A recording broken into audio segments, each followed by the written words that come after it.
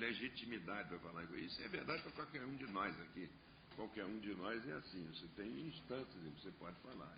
Tem instâncias que você não tem munição para falar, não tem credenciais e não tem direito de falar. Eu acho que esse é um ponto central e por isso é que, frequentemente, visões ideológicas levam a afirmações descoladas da realidade e levam a fracassos, como foi o do acordo com o Irã. Muito obrigado, senhor presidente. Bom, nós que agradecemos, embaixador Lampreia.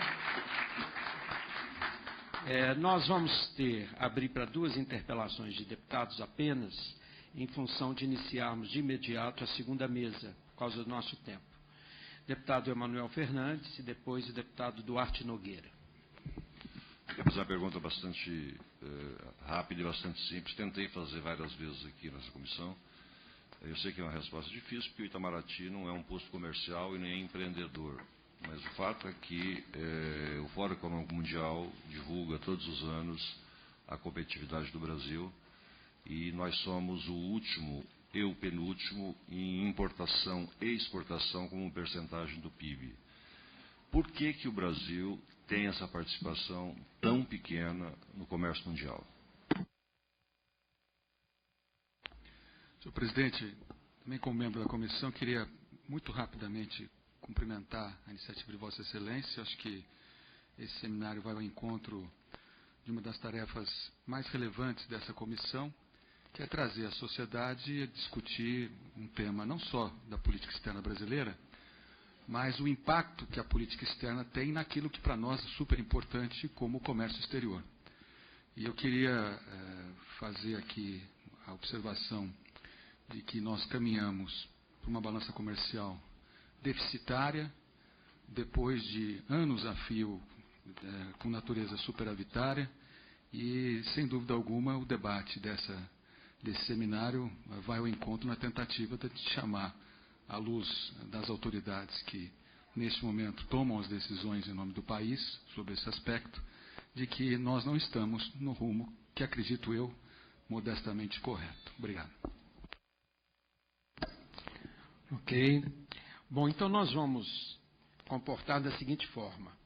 Nós vamos passar aos nossos convidados da mesa, que possam não só responder ou tentar comentar aquilo que foi colocado pelos deputados dessa comissão, mas também de imediato já fazer suas considerações finais mediante a fala de todos.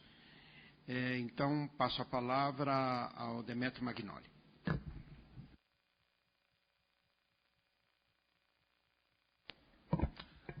Com relação às 2 questões, que na verdade são muito próximas, que foram colocadas, eu acho que existe uma questão, vamos dizer assim, histórica, estrutural, e que está ligada ao tamanho e às características da economia brasileira. A economia brasileira é uma economia continental, então o comércio exterior nunca foi algo fundamental nas nossas relações econômicas em geral. Outros países continentais também têm um comércio exterior pequeno em relação ao PIB. Os Estados Unidos são um exemplo disso. Em relação ao PIB americano, o comércio exterior deles é pequeno. Mas é verdade que o do Brasil é pequeno demais e é verdade que ele está estagnado como parte do comércio mundial, né? Ele não está crescendo, o comércio brasileiro, como parte do comércio mundial. Ele está estagnado há bastante tempo. Pior ainda, como eu tentei destacar, o comércio exterior brasileiro sofre uma regressão na sua composição de valor. Ele se torna um comércio cada vez mais apoiado em commodities e cada vez menos apoiados em produtos de maior valor agregado, né? Isso está diretamente relacionado a um aspecto que eu levantei na exposição inicial. A recusa ideológica do Brasil de realizar acordos comerciais bilaterais e acordos regionais de comércio. Quando o professor Marco Aurélio diz que o Mercosul tem uma proposta pronta para a União Europeia, é verdade. A proposta pronta do Mercosul para a União Europeia tem um patamar estabelecido pelo protecionismo argentino. A Argentina deu o quadro do patamar da proposta. A proposta pronta do Mercosul para a União Europeia é uma proposta que impede qualquer negociação séria para um acordo comercial, como dirá qualquer responsável comercial, e vem dizendo, aliás, os responsáveis comerciais da União Europeia. Então não adianta a gente se auto-iludir com esse tipo de coisa. O Brasil, nitidamente, isso foi explicado pelo professor Marco Aurélio, nós não queremos acordos assimétricos. Então, evidentemente, um acordo do Mercosul com a União Europeia, ele tem uma assimetria, do ponto de vista econômico. Nós não queremos acordos assimétricos, nós não vamos fazer acordos com os grandes centros econômicos internacionais. O problema é muito grave na hora que surge a Aliança do Pacífico. Não porque a Aliança do Pacífico seja importante em função do seu comércio interno. Essa não é a importância da Aliança do Pacífico. Nem porque seja impossível se chegar a acordos comerciais que são bons e produtivos entre o Mercosul e a Aliança do Pacífico. Esse também não é o problema. O problema é que a Aliança do Pacífico, em função dos seus acordos externos com os grandes centros de poder no mundo, ela está engatada na negociação de mega acordos comerciais com o Pacífico e com a Europa.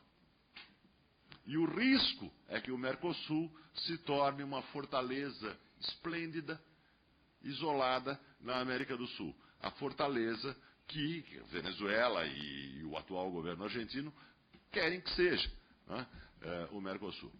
A minha última observação, depois a guisa de observação final, é que o que eu tentei destacar essencialmente foi os perigos do Brasil fazer uma política externa organizada em torno da autoilusão. Eu queria pegar a observação que o professor Marco Aurélio fez, e que não é dele de fato, ele apenas repetiu uma observação que tinha sido feita por Paulo Nogueira Batista, o representante do Brasil no Fundo Monetário Internacional, sobre o Banco dos BRICS. Foi Paulo Nogueira Batista que disse, e agora o professor Marco Aurélio repetiu, que a criação do Banco dos BRICS, que eu acho boa, eu acho um negócio positivo, eu acho que os BRICS são úteis, mas que disse que a criação do Banco dos BRICS entrará para os livros de história como os acordos de Bretton Woods em 1944. Nessa frase está sintetizado o problema de uma política externa baseada na autoilusão, porque nessa frase está sintetizada a ideia de que o Brasil está, junto com os seus aliados estratégicos, reformando o sistema internacional com base em alianças e polos de alianças sul-sul, em detrimento dos centros tradicionais de poder. O problema não é nem se isso é desejável ou não, nós podemos discutir longamente se isso seria desejável ou não, o problema é que isso não está acontecendo. O problema é que a China não é sul do ponto de vista dos seus interesses econômicos, que a Índia não é sul do ponto de vista dos seus interesses estratégicos. E o problema é que o Banco dos BRICS não é o FMI e o Banco Mundial, e que o que aconteceu em Fortaleza não é o reinício da história, um novo Bretton Woods, o começo de uma nova arquitetura financeira internacional. O grave é que o Brasil, mas não a China, nem a Rússia, nem a Índia, o grave é que o Brasil pensa que é.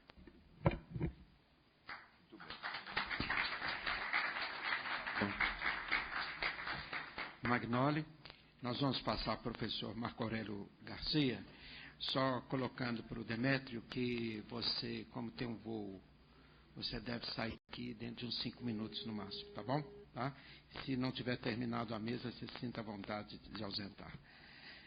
Professor Marco Aurélio Garcia, com a palavra. Bem, vocês vão ficar surpresos, mas eu estou de acordo com a primeira parte da resposta do Demétrio. Acho que, efetivamente, nunca se pode esquecer que a economia brasileira, a participação do setor externo na economia brasileira sempre foi pequena e sempre será pequena. Nós podemos tentar ampliá-la, em torno de 15%, 16%, em contraste com outros países. O Chile, por exemplo, 65%. Quer dizer, o país tem a força da sua economia no mercado interno. Né?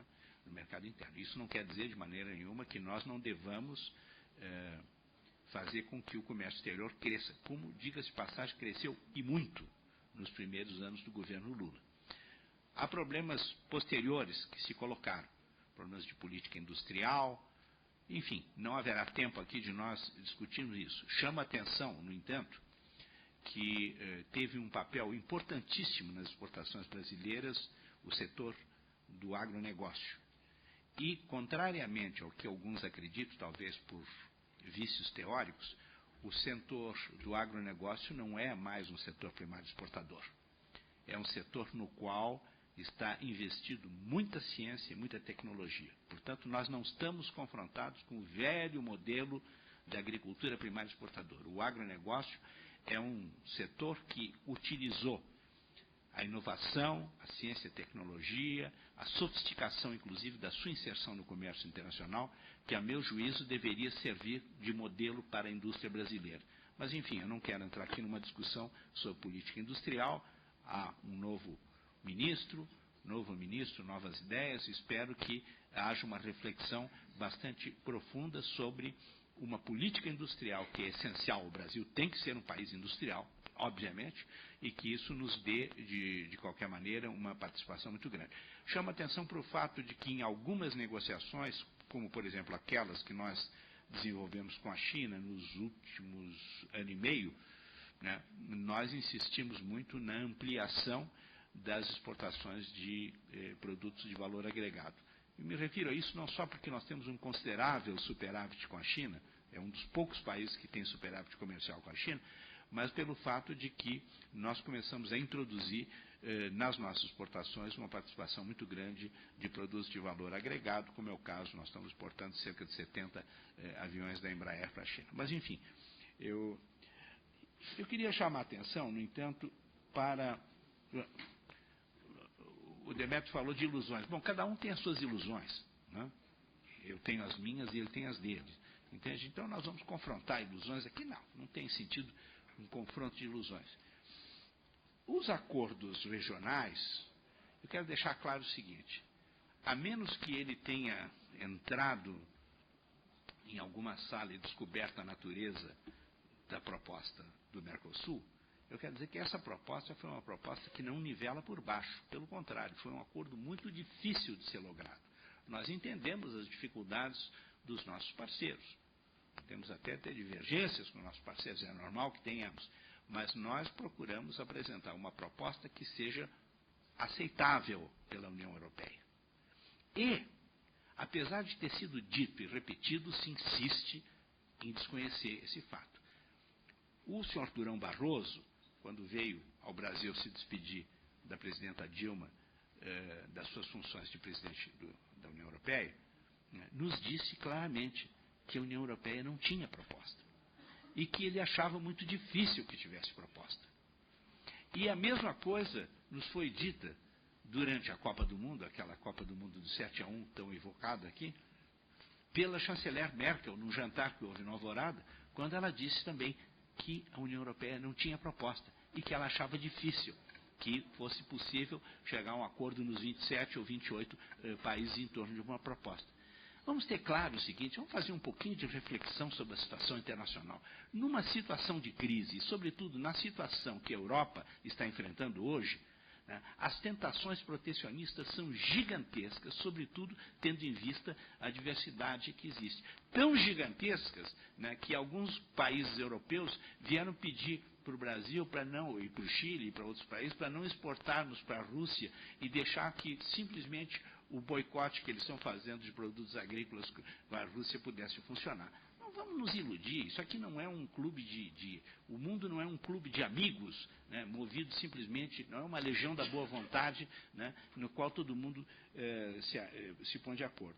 E eu quero deixar também aqui bem registrado isso, o tempo dirá quem tem razão, que essa ideia do Trans-Pacific Partnership, né, a TPP, não é uma ideia aceita sequer pelos países da Aliança do Pacífico.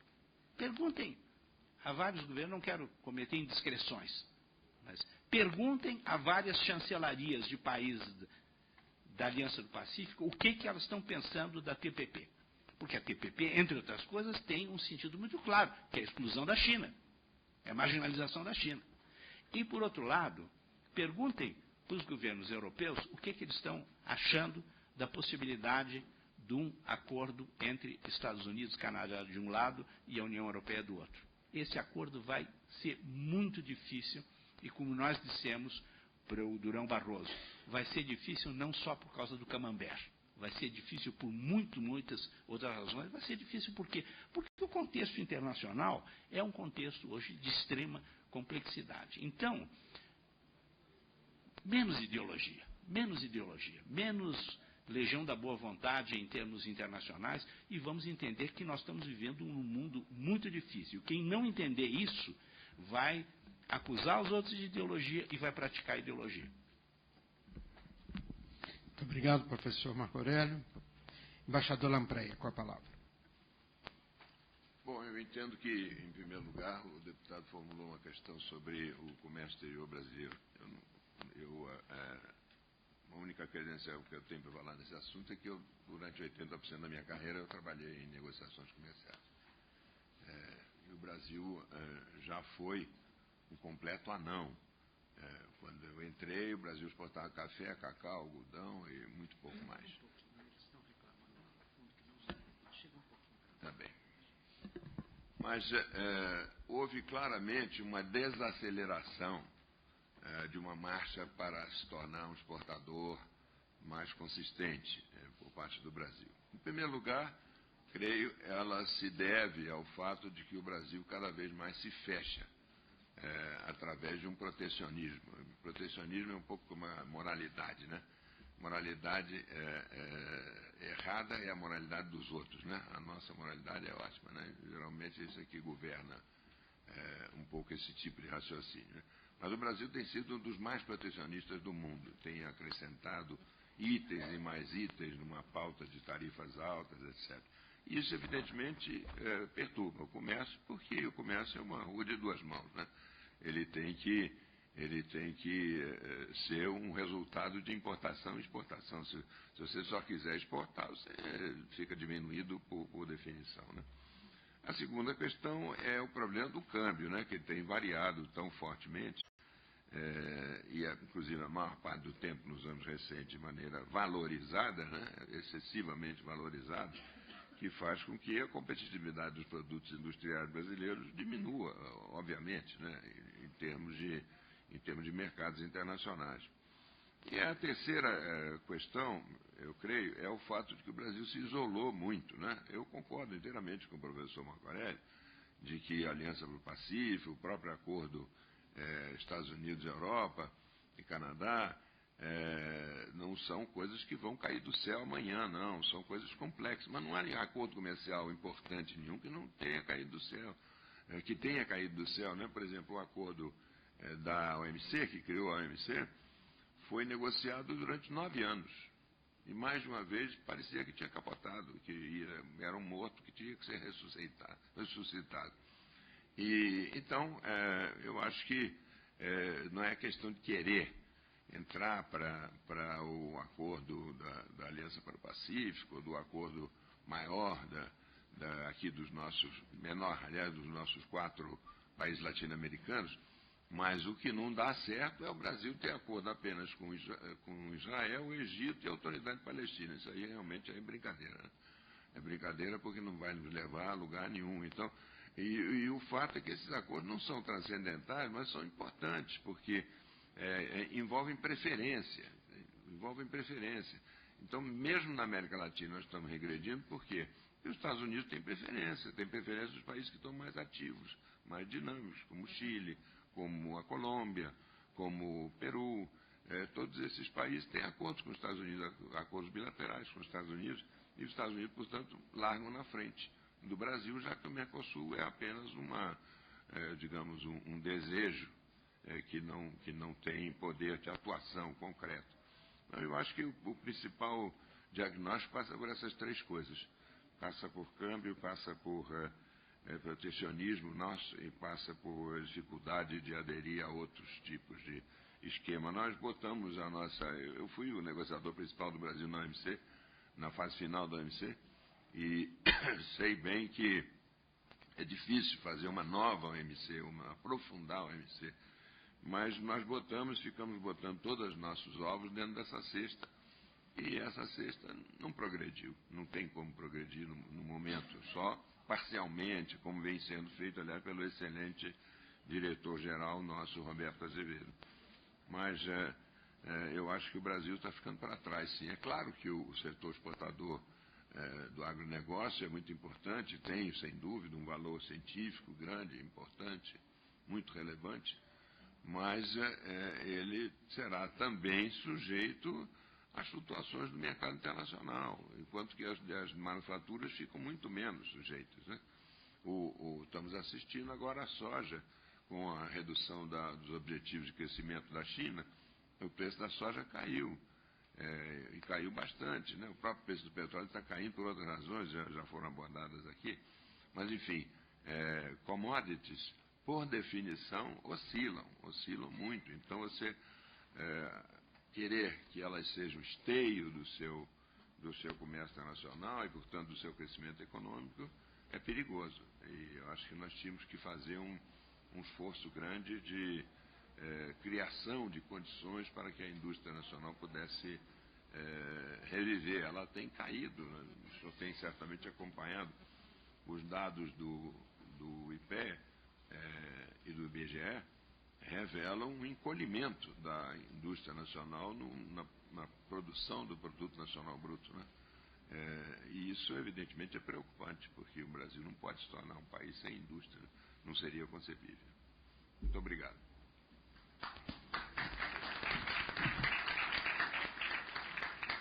Bom, nós queremos agradecer mais uma vez a presença dos nossos convidados. Entendemos que o cenário da política externa foi bem descrito, tanto na condução do governo, como posições críticas que foram aqui apontadas. E como estamos num processo sempre de evolução e um processo de mudanças e transformação, acho que a segunda mesa traz para nós, inclusive, a possibilidade de poder debater os desafios para o novo governo sobre a política externa brasileira. Então, muito obrigado, embaixador Felipe Lampreia, pela brilhante exposição. Muito obrigado mais uma vez ao professor Marco Aurélio Garcia, que sempre, quando chamado, esteve presente à nossa comissão, trazendo também uma posição muito clara e didática sobre o seu pensamento e o pensamento do governo brasileiro. Desfazemos esta mesa e, de imediato, já vamos convidar os nossos palestrantes.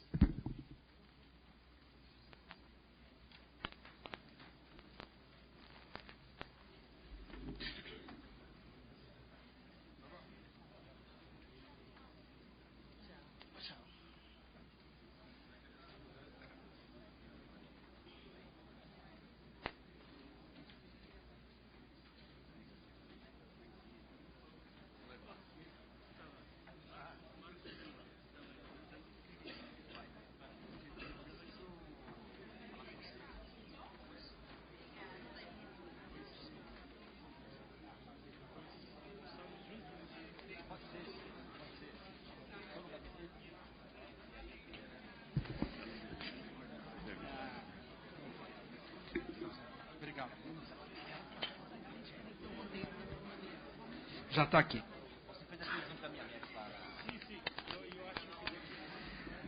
Bom, nós vamos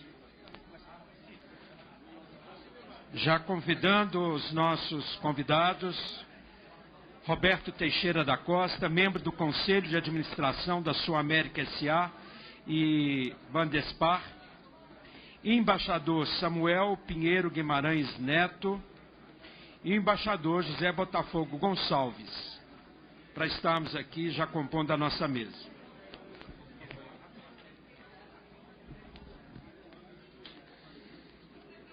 Gostaria de registrar a presença também do embaixador Leonide Krupps, da Belarus, embaixador de Malawi, Bernard Firi, embaixador do Reino da Bélgica, Hendrik Rogen, ou melhor, conselheiro, Hendrik Rogen. Mohamed Boumani, ministro conselheiro de Marrocos, Gabriela Campos Teixeira Fontinelli, assessora de seção política da Embaixada dos Estados Unidos. Carlos Velho, terceiro secretário da Divisão da América Meridional 2, do Ministério das Relações Exteriores. Suzane Arculeta, da primeira Secretaria da Seção Política da Embaixada dos Estados Unidos. Marja Suhonen, segundo secretário da Embaixada da Finlândia. Maria Siqueira Regueira, primeira conselheira da Embaixada da República Federal da Alemanha. Bertrand Camacho, conselheiro econômico da Embaixada da França. Eugene Nusrin, conselheiro da Embaixada da Rússia. Alexandre Perevedenski, Embaixada da Federação da Rússia. Carlos Monge Aristegui, adito cultural e da imprensa do Chile. Thaís Nogueira, assistente para assuntos políticos da Embaixada Britânica. Danilo Marcondes, da Universidade de Cambridge. Serhir Koloriuk, o primeiro secretário da Embaixada da Ucrânia. Isabela Tomás, ministra conselheira da Embaixada da Áustria. E Mathieu Jagu, primeiro secretário da Embaixada da França no Brasil.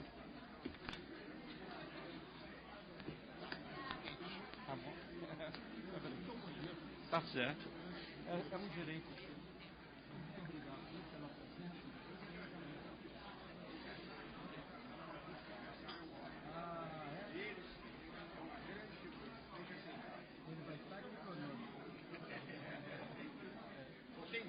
Eu gosto dele muito, nós somos amigos há muitos anos.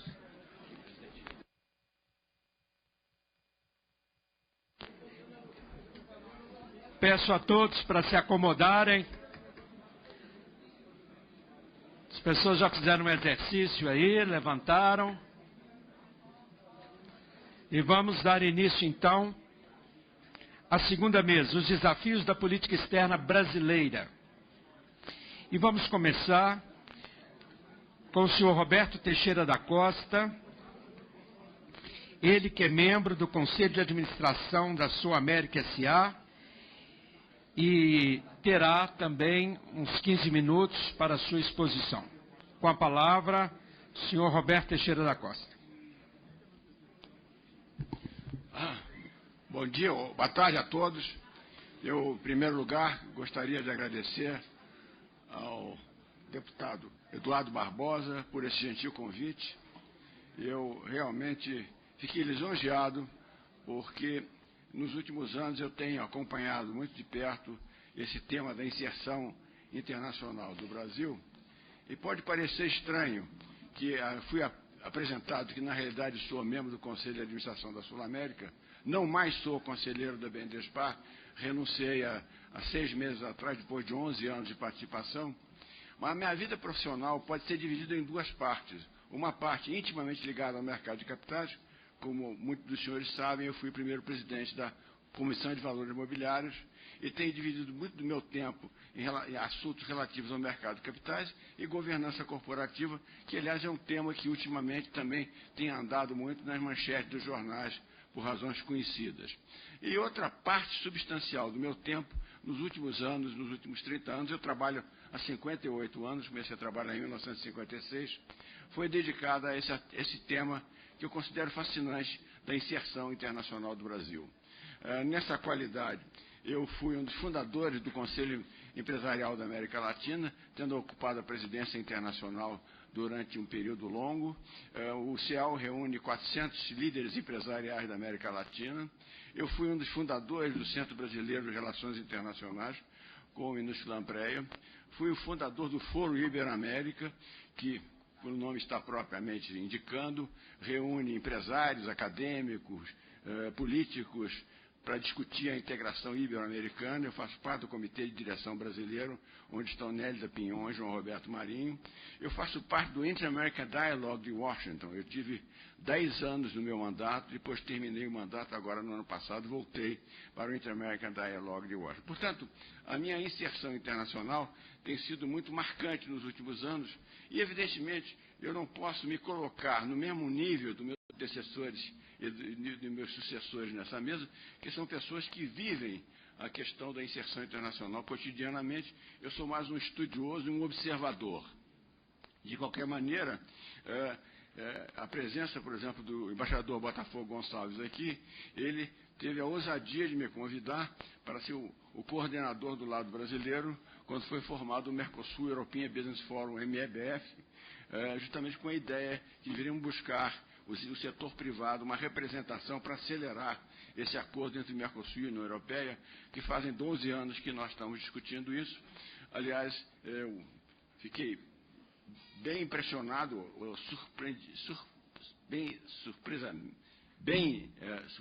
tive uma boa surpresa em saber que a nossa proposta está pronta do Mercosul. Não era a notícia que eu tinha, eu entendia que a Argentina continuava colocando obstáculos muito grandes. Mas nos meus 12 anos do MEBF, eu diria, e eu tendo a concordar com o professor Marco Aurélio Garcia, que efetivamente o problema não está do lado de cá, pode estar do lado de cá, mas o problema principal é do lado de lá.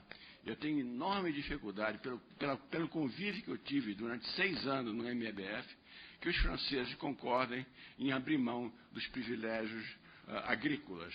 A agricultura na França tem um lobby poderosíssimo, a agricultura vê a sua atuação como um jardim e que ninguém pode tocar, de modo que eu acho difícil mexer nisso. Mas, enfim, isso vamos mais adiante discutir. Fiz parte também de uma iniciativa que me pareceu muito feliz e que depois foi descontinuada do governo Fernando Henrique Cardoso, que foi a Comissão Empresarial Permanente. Era um grupo que se reunia no Itamaraty para discutir, não detalhes da política externa, mas dar os empresários participarem numa visão estratégica das relações internacionais, o que eu acho que é uma das deficiências que nós continuamos encontrando. Eu preparei para essa reunião 2 textos que tive a oportunidade de enviar aos organizadores do evento. Por coincidência, esses 2 textos foram publicados recentemente na revista Política Externa, e o outro no dossiê do SEBRE. E os 2 falam sobre a questão de política externa do Brasil. A primeira observação que eu faria aqui, muito em linha com essa questão da inserção internacional do Brasil, do comércio exterior, e olha, cheguei aqui, entrei nessa sala hoje, pensei que tivesse entrado na sala errada, porque tanta gente interessada em discutir política externa é para mim surpreendente. Senhores e senhoras, eu fui um atento observador da campanha eleitoral. Eu não me lembro em nenhum momento, na discussão dos candidatos à presidência da República, que o tema política externa tivesse sido discutido. Não me lembro. Talvez alguns senhores falaram em um simpósio ou num documento. Eu não li. E, aliás, não é um fato brasileiro. Se os senhores olharem a eleição americana, também lá não é muito diferente. A questão internacional, que para os Estados Unidos não é menos relevante que para o Brasil, é um assunto passado ao largo. Os latinos lá é que provocam muito essa discussão sobre a questão da inserção internacional. Por que nós, brasileiros, estamos tão distantes da inserção internacional? Eu, ao longo da minha longa vida profissional, devo ter participado de mais de 20 conselhos de empresa. Agora estou restrito a 2. Basicamente, o que as empresas no Brasil se preocupavam fundamentalmente, que foi aqui dito, é mercado interno, é proteger o mercado interno. O grande ativo das companhias brasileiras era o mercado interno. Portanto, inserção internacional era uma coisa assim muito distante, principalmente que eram empresas familiares e que não tinham uma visão externa muito ampla. Eu lembro-me um embaixador brasileiro com quem eu tenho excelentes relações e que foi embaixador num dos países chamados da Elizabeth Arden, que é o circuito das embaixadas mais importantes. Ele diz: os empresários vêm aqui, não vou dizer o nome do país, os empresários vêm aqui, eu penso que eles vêm falar negócio comigo, e a pergunta que eles me fazem sempre: qual é o melhor restaurante no momento aqui? Quer dizer, havia pouco interesse de discutir temas de relações internacionais. Isso está mudando. Alguns acham que devia mudar mais rapidamente. No tempo que me dedicaram aqui, eu quero falar um pouco também sobre o que eu chamo as multinacionais brasileiras, que, contrariamente ao que muitos pensam, eu acho que é um mecanismo importante da inserção internacional do Brasil. Portanto, eu acho que relação internacional, inserção externa, não é viajar só a Miami, não é comprar apartamento em Nova York. Eu acho que para o brasileiro ele tem que ter um interesse muito maior do que o Brasil deve fazer na política externa. Por isso, deputado, eu lhe congratulo, fiquei muito satisfeito que esse tema possa ser aqui discutido, porque eu acho que nós, brasileiros, temos que discutir com muito maior intensidade, com muito maior penetração, essa questão da inserção internacional. Não é um jogo de poucos, é um jogo que tem que ser de muitos. Bom, eu selecionei aqui 10 pontos para rapidamente cobrirmos do que eu considero uma agenda para os próximos 10 anos. Mercosul, segundo ponto, consolidação da posição de amizade e diálogo aberto com os demais países da América Latina, a questão da Amazônia, relacionamento com os Estados Unidos e China, como administrar condizentemente o nosso suporte nas relações internacionais, diplomacia empresarial, multinacionais brasileiras, questão ambiental e maior engajamento da sociedade brasileira nos temas internacionais, tema que eu acabo de cobrir. Em relação ao Mercosul, eu vou aqui discordar do meu amigo Luiz Felipe Lampré, não sei se ainda está aqui. Eu realmente continuo sendo, dentro do que se possa ser, um defensor do Mercosul. Eu vejo muitas críticas muito bem fundamentadas, etc., falando das dificuldades que o Mercosul hoje enfrenta devido ao protecionismo argentino, as dificuldades que a Argentina está passando. Porém, não podemos nos esquecer que, ao longo da existência do Mercosul, a Argentina foi um parceiro da maior relevância nas relações comerciais do Brasil. Importante não só sob o aspecto de volume de negócios, mas também é importante do ponto de vista de ser um importador de produtos que o Brasil não tinha em outros mercados condição de estar presente. Do ponto de vista político, o Mercosul também é da maior relevância do ponto de vista da inserção internacional. Eu acredito também, vocês poderão me cobrar se eu ainda estiver vivo, mas eu acho que a Argentina vai dar a volta por cima. Ano que vem a Argentina vai ter eleições, a Argentina tem uma riqueza muito grande, o campo de shale oil, de xisto na Vaca Muerta, é um grande potencial. Os analistas internacionais acham que mudando com as eleições do ano que vem, a Argentina toma um novo prumo. Todos aqui, de alguma maneira ou de outra, se não foram a Argentina tem um enorme potencial. A Argentina é um sócio importante do Brasil. Nós temos esse hábito de tirar fotografias. Nós temos que ver o filme. Nós não podemos estar tirando instantâneos. Temos que olhar o filme. E no filme, a nossa relação bilateral Brasil-Argentina é muito importante. Vamos transformar o Mercosul numa simples zona de livre comércio. Muito bem. Como é que se faz isso? Todos que me falaram a respeito disso, nenhum deles me deu um mapa da mina.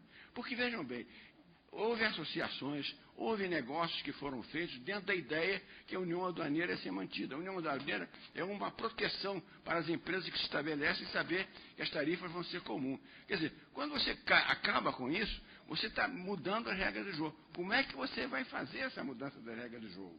Isso é uma coisa que não foi da tudo. Nós demos pouca atenção ao Uruguai e ao Paraguai. Eu acho que nós temos que reverter isso. A nossa associação tem que ser uma associação de iguais, e não uma associação que nós olhamos. Aliás, o Uruguai é um país interessante. O Mujica está transformando o Uruguai. E, por exemplo, eu sou francamente favorável ao que ele fez agora de permitir que 5 prisioneiros de Guantánamo sejam recebidos no Uruguai. Eu sei que pode ser uma posição contra ele, mas é um homem que tem uma cabeça diferente. Bom, consolidação da América Latina. Eu participei da reunião do CIAL que houve aqui, que o presidente Fernando Henrique Cardoso organizou no ano 2000, buscando essa integração da América Latina. Era uma América Latina diferente de hoje.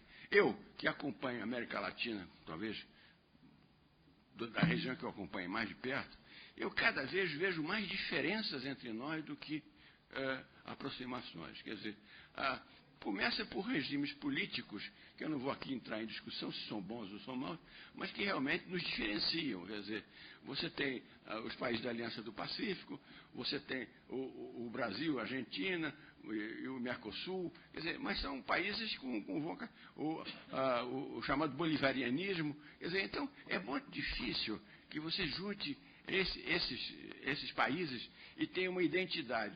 Será que só o comércio vai conseguir fazer isso? Eu tenho sérias dúvidas. Mas, enfim, eu acho que é um objetivo do Brasil desenvolver o melhor relacionamento possível com os países da região. A questão da Aliança do Pacífico.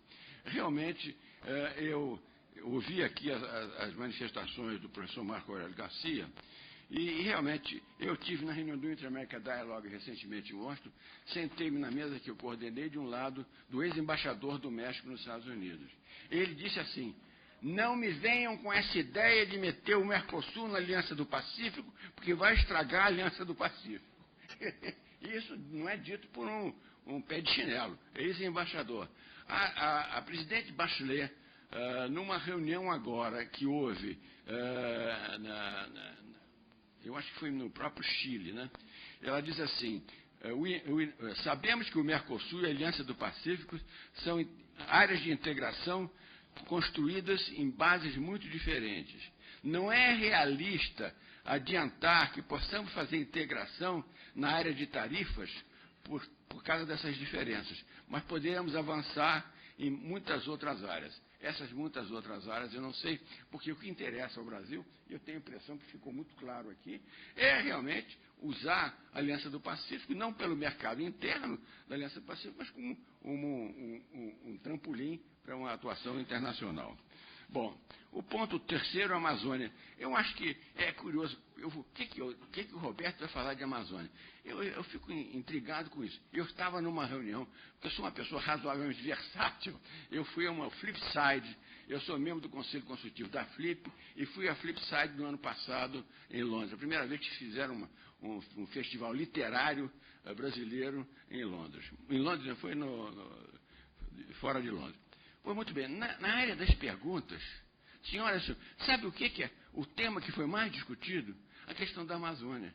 Quer dizer, a gente não se dá conta que essa questão da Amazônia é uma coisa que nós temos que estar permanentemente preocupados. A questão do deflorestamento da Amazônia é uma coisa de maior relevância e nós, na nossa política, temos que estar atentamente preocupados que isso não nos prejudique. Relacionamento Estados Unidos e China. O ministro Lamprey, que está chegando aqui, ele disse muito bem, e eu participei de um seminário recente no Instituto FHC, em que um escola chinês deixou muito claro: existe uma bipolaridade, a China está querendo ocupar o papel que os Estados Unidos têm no mundo moderno. Quer dizer, vai conseguir? Eu não sei. A China tem usado até agora chamado soft power, a China não usa armas. Mas a China é muito penetrante. Uma coisa, esses seminários são provocativos, porque eu fiz um levantamento aqui, graças a informação fornecida pelo Instituto Cultural Brasil-China. Vocês sabem qual é o volume dos investimentos chineses feitos no Brasil de 2007 a 2013? 56,5 bilhões de dólares. Eu caí para trás. Metade já está confirmada, são 73 projetos, 23 anunciados e 50 confirmados. Os setores são automóveis, equipamento, maquinária, petróleo e gás. Quer dizer, a China... E uma coisa curiosa da China, enquanto os investidores estrangeiros, regra geral, vêm para o Brasil, olhando taxa de retorno, ambiente político, a China tem uma visão estratégica de longo prazo. A China não está preocupada se a taxa de retorno vai ser 8% ao ano ou 12% ao ano. Ela quer ocupar o espaço. Ela ocupa o espaço. Por quê? Na composição do investidor estrangeiro, a matriz corporativa é o Estado. O Estado está presente nas empresas. Portanto, o Estado toma a decisão estratégica de vamos marcar uma presença no país. Estão presentes na Argentina, estão presentes no Chile, estão presentes em vários países. Quer dizer, a China realmente... E os Estados Unidos, em função das suas disputas internas, da falta de apoio ao presidente Obama, realmente, os americanos não estão tão preocupados, a não ser a elite americana, com essa situação da China. Sexto item, como administrar o protagonismo internacional. Para nossa surpresa, o presidente Lula, Fernando Henrique foi uma escola, teve uma presença internacional muito importante, o que não foi surpresa. Para nossa surpresa, o presidente Lula teve uma presença internacional marcante. Eu me lembro que no dia seguinte à posse, o então vice-presidente José Alencar, entrevistado pela CBN, lhe foi perguntado: senhor, com o seu mineirismo costumeiro, senhor José Alencar, como é que o senhor vê a sua atuação como vice-presidente do Brasil? Ele disse: olha, a função do vice-presidente é substituir o presidente nas suas viagens. Como eu não imagino que o Lula vai viajar muito, eu acho que a minha função vai ser muito limitada. Quer dizer, o José Alencar estava totalmente enganado, né? Porque o presidente Lula marcou uma presença internacional. Não vamos discutir se foi certo ou errado o Irã, esse assunto já foi exaustivamente discutido. Agora, não há a menor dúvida que nos últimos anos, seja por uma visão de que a área interna merecia maior atenção, seja até por uma questão de predileção, de vocação, o Brasil perdeu muito espaço nesse protagonismo internacional. Qual é a exata medida do Brasil nesse protagonismo internacional? Eu vou deixar aqui para os dois embaixadores comentarem. O item 7 da minha agenda é diplomacia empresarial. Não sei por ser empresário, eu sou um ardente defensor que o empresário tem que separar os seus interesses individuais dos interesses estratégicos. E, portanto, ele tem que ser um partícipe, um diálogo permanente com o governo. Esse diálogo tem que existir. Isso é fundamental. E, em alguns casos, é preciso que o empresário tenha compreensão, porque na situação Brasil-Argentina, eu sempre dizia, escuta, não dá para nós continuarmos exportando a Argentina, sem buscar selecionar o que a Argentina pode nos oferecer. Quer dizer, comércio é uma via bilateral. Você tem que entender, se você vende muita coisa para o seu vizinho da esquina, e o seu vizinho da esquina não tem o que vender, ele vai quebrar. Isso é uma coisa tão fácil de entender. E eu estimulava muitos empresários brasileiros o seguinte: tem que montar estruturas na Argentina, tem que fazer parcerias na Argentina. Essa vai ser a nossa saída. Multinacionais brasileiras. Eu sou francamente, porque havia uma visão, eu cito novamente aqui o meu querido amigo, o embaixador Botafogo Gonçalves, foi ministro da Indústria e Comércio. Ele foi a uma reunião numa das instituições empresariais mais fechadas de São Paulo, que é o IED, e lá ele fez uma defesa da inserção internacional do Brasil, da associação, etc, etc. E um empresário muito respeitado disse assim: mas, ministro, o senhor está defendendo exportar mão de obra para o exterior? Quer dizer, essa, na minha modesta opinião, é uma visão míope. Quer dizer, o Brasil, senhores e senhoras, não tem opção. Nós somos grandes, nós nascemos grandes, nós temos que ser grandes. Nós não temos que ter uma visão paroquial de ficar vendo só o mercado interno. Nós temos que ter uma visão holística, mundial. Nós temos que... O Ricardo Lagos, que é uma pessoa com quem o presidente Ricardo Lagos, para ser mais cerimonioso, com quem eu tenho uma relação pessoal, porque ele é o presidente do Foro Ibero-América, ele sempre me diz: Roberto, eu entendo perfeitamente a posição do Brasil. O Chile não tinha a opção que o Brasil sempre teve de montar um parque industrial. O Chile é um país que equivale talvez à economia de Ribeirão Preto. Quer dizer, então, com devido respeito a Ribeirão Preto. Aliás, caiu num vestibular desses aí para a faculdade. Por favor, defina o Chile. E o aluno, muito humoristicamente: o Chile é um país alto e magro. Mas, enfim, brincadeiras à parte. Mas, quer dizer, não há por que comparar uma abertura comercial do Chile com a abertura comercial do Brasil.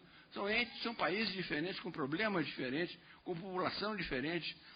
O Chile é um país unitário, o Brasil não é. Quer dizer, então essas comparações me parecem sempre... Mas, enfim, o meu ponto aqui é a questão da diplomacia empresarial.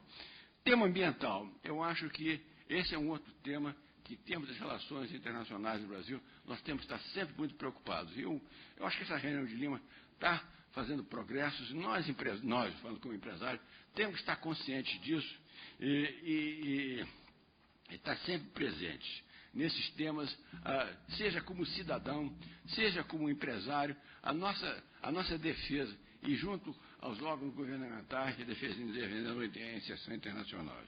Muito bem, para terminar, Eu acho que acordos de comércio internacional são importantes, evidentemente são importantes.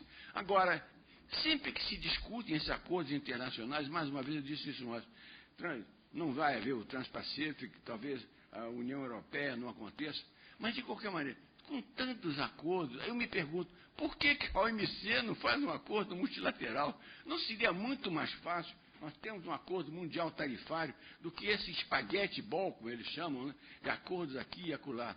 O problema é que na OMC você precisa da unanimidade. E a unanimidade, já dizia um grande escritor brasileiro, é quase sempre burra, né? É que nós temos 100 e tantos países votando da mesma maneira, é realmente uma coisa extremamente difícil. Eu acho que o Mercosul, eu não sou... questão das relações internacionais do Mercosul.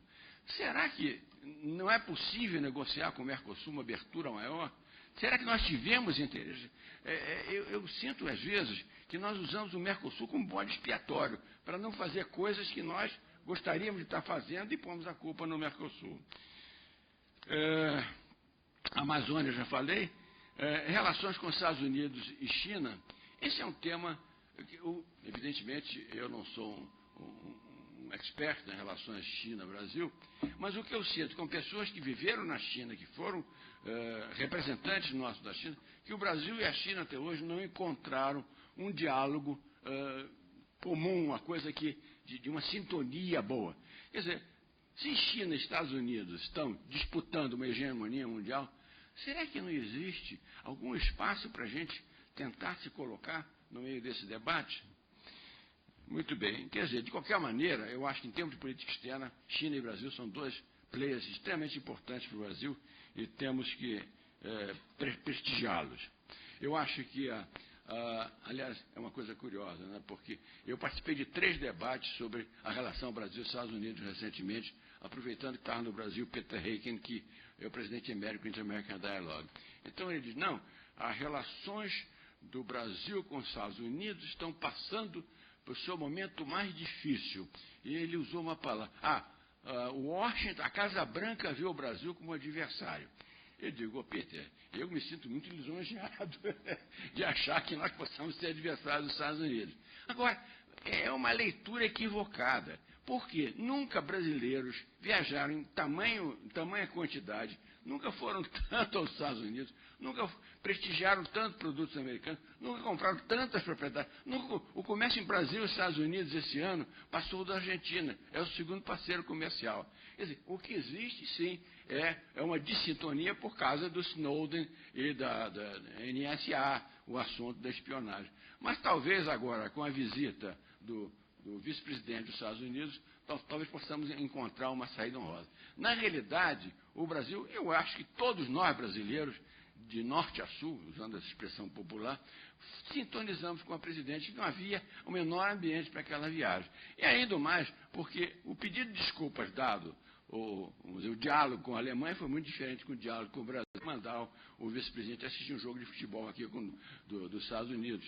Nada contra o futebol. Mas, enfim, eu acho que precisaria um gesto maior. Eu acho que esse gesto virá agora. Finalmente, nesse mundo globalizado, eu vejo muita gente falando contra a globalização. Eu acho que falar contra a globalização é gastar vela à toa, porque a globalização está aí, é uma realidade. Depois que houve aberturas comerciais, depois que o dinheiro passou a circular com essa facilidade, abertura e globalização são sinônimos. Portanto, eu acho que nós temos que nos situar agressivamente e não defensivamente em relação à globalização e à posição do Brasil no cenário internacional. Eram esses meus comentários.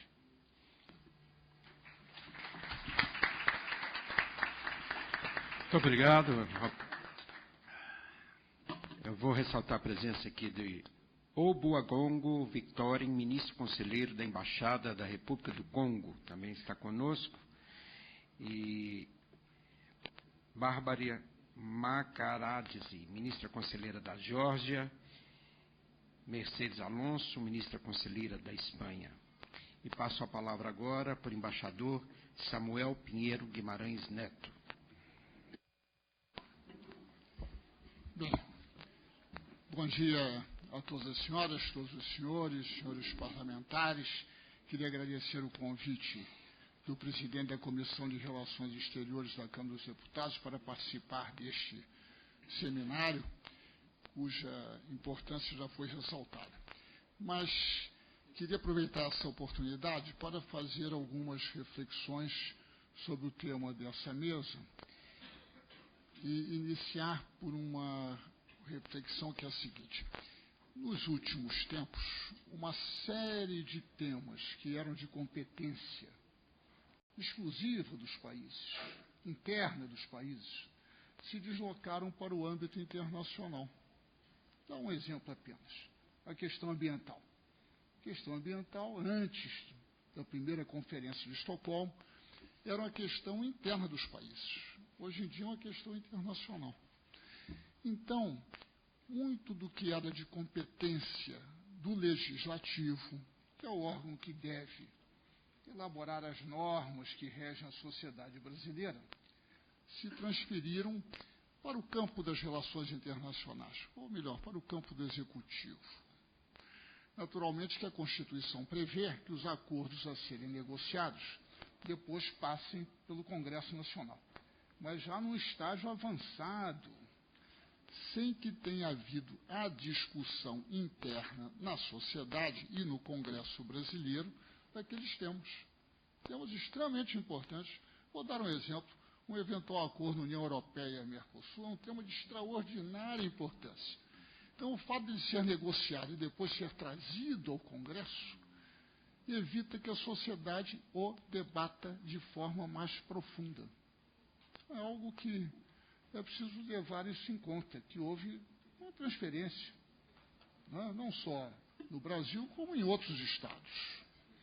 Daí a importância desse tipo de seminário, que não supre uma presença maior, na minha opinião, do Congresso e dos representantes do povo, já que os representantes do povo estão no Congresso Nacional, né? Não é verdade? Que elaboram as normas que regem a sociedade brasileira. O executivo, pelo seu nome, tem o nome de executivo, e o outro tem o nome de legislativo. Aí já se vê quais são as atribuições, pelo menos previstas, né? Não é verdade? Enfim, isso é um comentário inicial que eu acho que reforça a importância desse seminário nesse esforço de maior participação do Congresso nas atividades relativas à política internacional e à política externa. Então, para tratar do tema desafio de política externa brasileira, eu queria fazer uns comentários preliminares. Creio que o cenário internacional, como já foi dito aqui, é extremamente complexo e flutuante. E muito curioso, né? De um lado, nós temos, em primeiro lugar, a gravíssima crise econômica que começa financeira, se torna econômica, hoje em dia com certos sinais de recuperação nos Estados Unidos, mas ainda os países da Europa Ocidental em grande dificuldade, o Japão também, né? Os principais países economicamente do mundo, né? Por outro lado, essa crise afeta o Brasil e afeta os interesses da política externa brasileira. Para dar apenas um exemplo, o presidente Obama se propôs como objetivo multiplicar, se não me engano, por 5 as exportações americanas, como um dos instrumentos de superação da crise. Isso afeta o Brasil, obviamente. E hoje em dia, coisa que é pouco mencionada, o Brasil já tem um déficit, transformou o seu superávit com os Estados Unidos em déficit. E hoje o déficit do Brasil com os Estados Unidos, se eu não me engano, é de 10 bilhões. Caiu 25% esse ano. 25% parece grande, esse 25%. Mas atingiu números extremamente elevados o déficit, o que tem efeitos importantes sobre a produção interna, é óbvio, né? Naturalmente, os países que utilizam o comércio exterior para escapar da crise, um dos instrumentos, procuram ter superávites. É óbvio, porque se tiver o equilíbrio, os empregos que são gerados no setor exportador são compensados pelos desempregos gerados no setor importador. Então, essa pequeno longo prazo, tudo isso é muito discutível, mas no curto prazo o objetivo, 6 bilhões. Mas caiu, né? Caiu 25%. Era quanto? Desculpe, então não era 10, era 8, era 7,7, caiu para a quantia modesta de 5,8, uma coisa à toa, né? 5,8 bilhões não é quase nada, né? Não é verdade? Quase nada. Muito bem. Mas esses são fenômenos que decorrem da crise econômica, né? Há um esforço interessante. Será que tem como aumentar o som do microfone do embaixador? Estão me escutando lá atrás? Bem, estão escutando? Então eu vou falar mais alto, de uma forma que não é o meu costume, né? Falar baixo sempre é bom porque disfarça os erros, né? As pessoas não escutam, então não sabem o que foi dito. Mas o segundo aspecto da política internacional é a emergência da China. A China já se transformou, segundo Jeffrey Sachs, em artigo do Valor Econômico, de 4 ou 5 dias atrás, na maior potência econômica do mundo. Então não é uma coisa trivial, isso ocorre uma vez em cada século, ou 2 séculos, talvez. E é também a maior potência comercial do mundo. Aliás, é o maior parceiro comercial do Brasil. E está se transformando também num grande investidor internacional, não sei se já é o maior do mundo, talvez não seja em estoque, mas talvez em fluxo já seja, né? Então é algo que tem uma importância enorme. Os dados aqui que o Roberto mencionou sobre os investimentos chineses no Brasil são extraordinários, né? São muito importantes. Mas essa emergência da China, né, ela é num processo de simbiose com os Estados Unidos, na área econômica. É um processo de simbiose. Isto é, uma grande parte do parque industrial chinês é de empresas americanas. Os chineses compram títulos do Tesouro americanos, o que permite um nível de consumo americano, né? Exportam produtos manufaturados a preços muito baixos, o que ajuda a controlar a inflação nos Estados Unidos. Então, é uma simbiose, de modo que cada vez que se levantam vozes contra a China no Congresso americano, eu creio que alguém vai lá baixinho no ouvido e diz, olha, não façam isso não, porque essas relações são muito importantes para os Estados Unidos, né? Então, é uma relação interessante, que ao mesmo tempo é de conflito por causa de Taiwan, por causa da questão do Mar da China, e assim por diante, né? E essa emergência é um fato que, digamos, também outra característica do cenário internacional é o surgimento de polos. São polos não tão estruturados quanto, digamos, a articulação ocidental, que é muito mais estruturada. Quer dizer, a articulação militar ocidental em torno da OTAN é algo muito estruturado. Não existe outro fenômeno semelhante que eu me lembre no mundo, com essa importância, né? A articulação ocidental em torno da OCDE é muito articulada. Isso não existe em torno dos BRICS, nem em outras regiões, né? Não é verdade? Mas surgem polos, né? Surgem polos que não existiam com tamanha relevância. Claro que a China já existia, mas não com essa relevância. É a mesma coisa, digamos, a ressurreição da Rússia, né? A ressurreição da Rússia no cenário internacional e o conflito óbvio, o embate político, né? Não chega a ser militar ainda, mas da expansão da OTAN em direção à fronteira russa. E isso agora a OTAN que pediu, inclusive, à Rússia que compreendesse a incorporação da Sérvia, né? E de um outro país da mesma região dos Balcãs, na OTAN.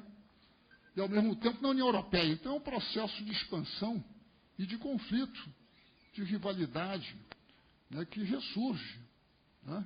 Assim como a aliança entre a Rússia e a China, os grandes acordos econômicos que foram feitos entre a Rússia e a China recentemente, sem contar a questão da Organização de Cooperação de Xangai. Então, esses fenômenos, não vou falar do problema ambiental, porque essa é uma questão de longo prazo, isso é uma questão, uma deterioração, né?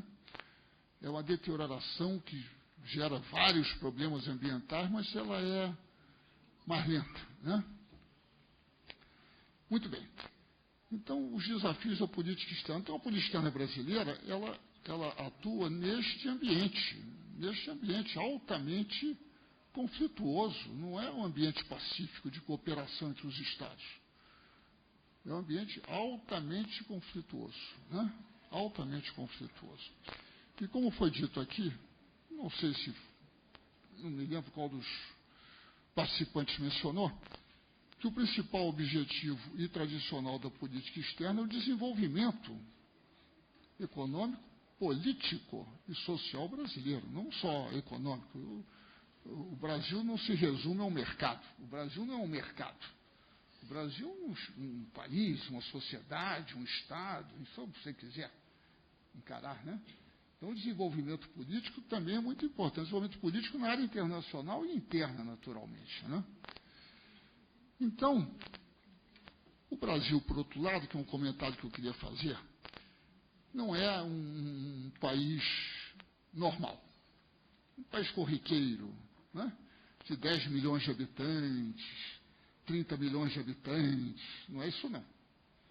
O Brasil é um país de outra categoria de país, ainda que não tenha o seu potencial totalmente desenvolvido.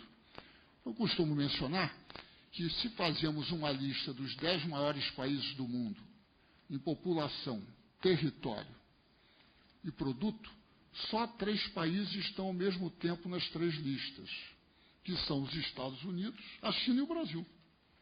Né? O Japão não está, porque o território é pequeno, portanto os recursos naturais são pequenos. Né?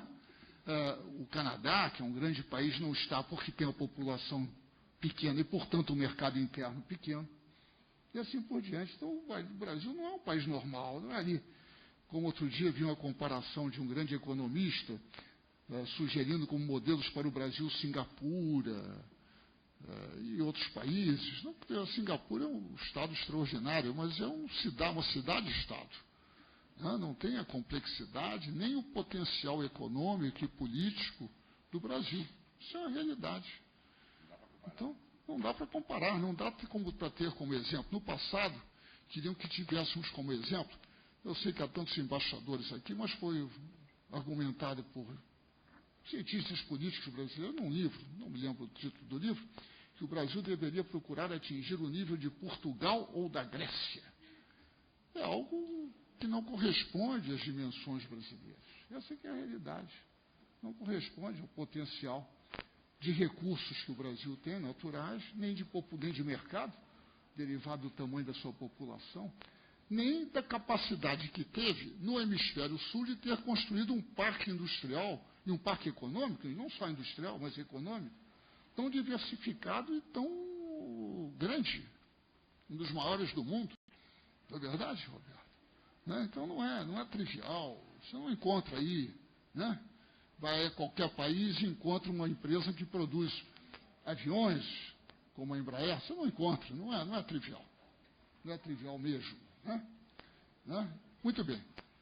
Então, o primeiro objetivo do Brasil, na sua política externa, na minha opinião, claro que eu falo sempre a título pessoal, né? É óbvio, porque eu não tenho nenhuma função. A primeira função, objetivo do Brasil é não ser incorporado por outros blocos.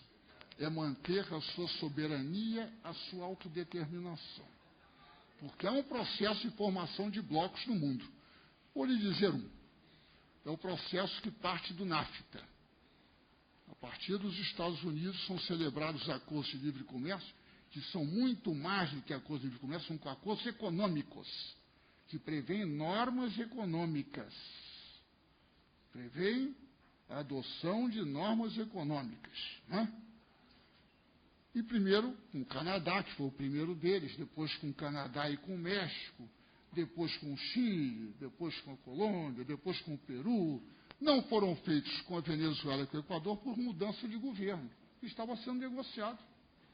Então, é uma diretriz da política exterior americana, a abertura de mercados em todo o mundo, através, entre outros instrumentos, além da Organização Mundial do Comércio, os acordos bilaterais. Isto é um fato objetivo, que está nos documentos do governo americano. Né? Isso forma uma grande área que está com as mesmas normas econômicas e que leva a países sem tarifas. Essa que é a realidade. E tanto o Chile, quanto a Colômbia, quanto o Peru, já celebraram cerca de 30, 40, 50 acordos de livre comércio, que na área tarifária levam à total abolição de tarifas. Isso é muito interessante para países que têm parques industriais altamente competitivos. Não é o nosso caso, por várias razões. Não é. Se fosse, nós seríamos grandes exportadores de produtos industriais. Se a indústria, eu vou usar essa palavra, instalada no Brasil, não vou falar de indústria brasileira, instalada no Brasil, a indústria brasileira e a indústria estrangeira, fosse altamente competitiva, nós seríamos grandes exportadores de produtos manufaturados. Como somos competitivos na área do agronegócio, somos grandes exportadores de minérios, de produtos agrícolas e assim por diante. Então, é preciso lembrar isto. É preciso lembrar isso. Que é preciso, na minha opinião, que o Estado brasileiro, que a sociedade brasileira como sociedade subdesenvolvida, esses eufemismos de país emergente, em desenvolvimento, tudo isso é eufemismo. O país é subdesenvolvido. Né? Pode não ser muito agradável ouvir isso, mas é. E o subdesenvolvimento é uma questão comparativa, que comparado com outros países, o país é menos dinâmico tecnologicamente, enfim, a sua indústria não é tão avançada, né? E assim por diante. Então, é algo que é preciso, deve ser um objetivo de política externa. Né? Preservar a capacidade do Brasil se autodeterminar, de ter as suas políticas adequadas à sua situação. Eu suponho que ninguém poderá dizer o contrário, que o Brasil tem uma evolução histórica diferente da Alemanha, ou diferente da França, uma evolução cultural, uma evolução política, evolução econômica distinta. Os países são distintos, né? Então, ele necessita de políticas específicas para o seu estágio de desenvolvimento. Né? Políticas que talvez na Alemanha, por exemplo, para dar um exemplo de um grande Estado, né? Uma grande economia, são perfeitamente adequados, podem não ser. Né? Talvez para um indivíduo que tem determinados problemas de saúde, mas se houver um diagnóstico errado e se receitarem medicamentos que é para um outro tipo de situação, né? Pode ser que o resultado não seja muito bom, não, né? Pode ser que não seja bom. Então é preciso lembrar isso. 2, nós temos dificuldade para conhecer bem o nosso país, saber quais são os seus problemas, quais são as soluções, como é que outros estados podem querer nos recomendar soluções. Me explique. Nós que não sabemos. Não é porque temos dificuldade por causa da complexidade, né? Não é verdade? Enfim. Segundo, a questão que nós temos interesse em reduzir a vulnerabilidade nossa, tanto política como econômica externa. Eu vou ser rápido para me manter dentro do limite do tempo. Na área política, a questão da participação no Conselho de Segurança. É preciso lembrar o seguinte, o Conselho de Segurança é um lugar tão ruim, tão ruim, tão ruim, tão insignificante, que os Estados Unidos querem sair, que a França quer sair, né? Que a Alemanha não quer entrar, né? Que a Rússia quer sair, que a China quer sair, não. É porque lá se decide o uso da força. Lá se decide o uso da força. E os países que são membros permanentes estão acima do direito internacional. A eles não se pode aplicar as sanções do Conselho. Em geral, não se gosta de falar dessa forma, que é sempre desagradável, né? Chato, né? Mas é a realidade. Devido ao direito ao veto, os países como a Rússia, como a China, a França, a Grã-Bretanha e os Estados Unidos estão acima das sanções do Conselho de Segurança. Então, para nós é de extraordinária importância participar do Conselho. Extraordinária importância. Muito bem. Questão da reforma da FMI, etc. A terceira questão é de articulação da América do Sul. Não só de um ponto de vista econômico, na área comercial, na área da infraestrutura, que tanto já foi feito, né? A expansão do comércio no Mercosul foi extraordinária. O embaixador Botafogo colaborou e participou ativamente desse processo de criação e de fortalecimento do Mercosul, e hoje em dia muito criticado, né? Muito criticado. Porém, com resultados extraordinários, em termos de investimentos, e assim por diante, né? Então, para nós, que não vamos sair da América do Sul, nós não vamos sair da América do Sul. Nós não vamos, né? Na menor hipótese, né? Não há possibilidade, talvez uma grande cataclisma geológico, né? Fosse nos tirar da América do Sul. 2, é a América do Sul, que é o principal mercado para os manufaturados brasileiros. 90% das nossas exportações de manufaturados, é mais ou menos isso, né? Vai para a América do Sul. Não vai para a China, não vai para a Índia, não vai para lugar nenhum, não.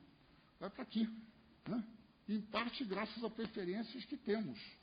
Não só no Mercosul, como também nos países da Aliança do Pacífico, que temos preferências lá. Ah. Então, essa articulação na área política, que eu não vou entrar por causa do tempo, a questão da Unasul, a possibilidade de resolver entre nós as nossas controvérsias é muito importante.